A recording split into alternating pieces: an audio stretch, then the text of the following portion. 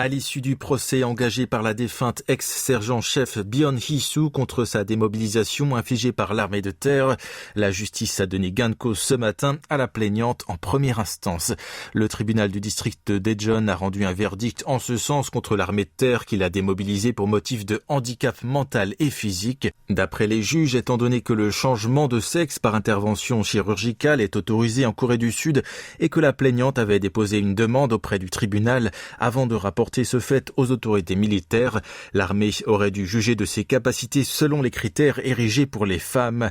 Concernant le fait que la famille de la défunte a hérité de son statut de plaignant, le tribunal l'a estimé conforme à la loi, car selon ce dernier, même si le statut de militaire ne peut pas être légué, comme elle a été démobilisée avant, sa famille peut donc récupérer le droit de réception de son salaire. Pour rappel, Byun a subi en novembre 2019 une opération de chirurgie de réassignation sexuelle pendant ses vacances et a souhaité servir comme femme militaire ensuite. L'armée de terre l'a démobilisée de force en janvier 2020, jugeant qu'elle souffrait de handicap mental et physique de 3e degré.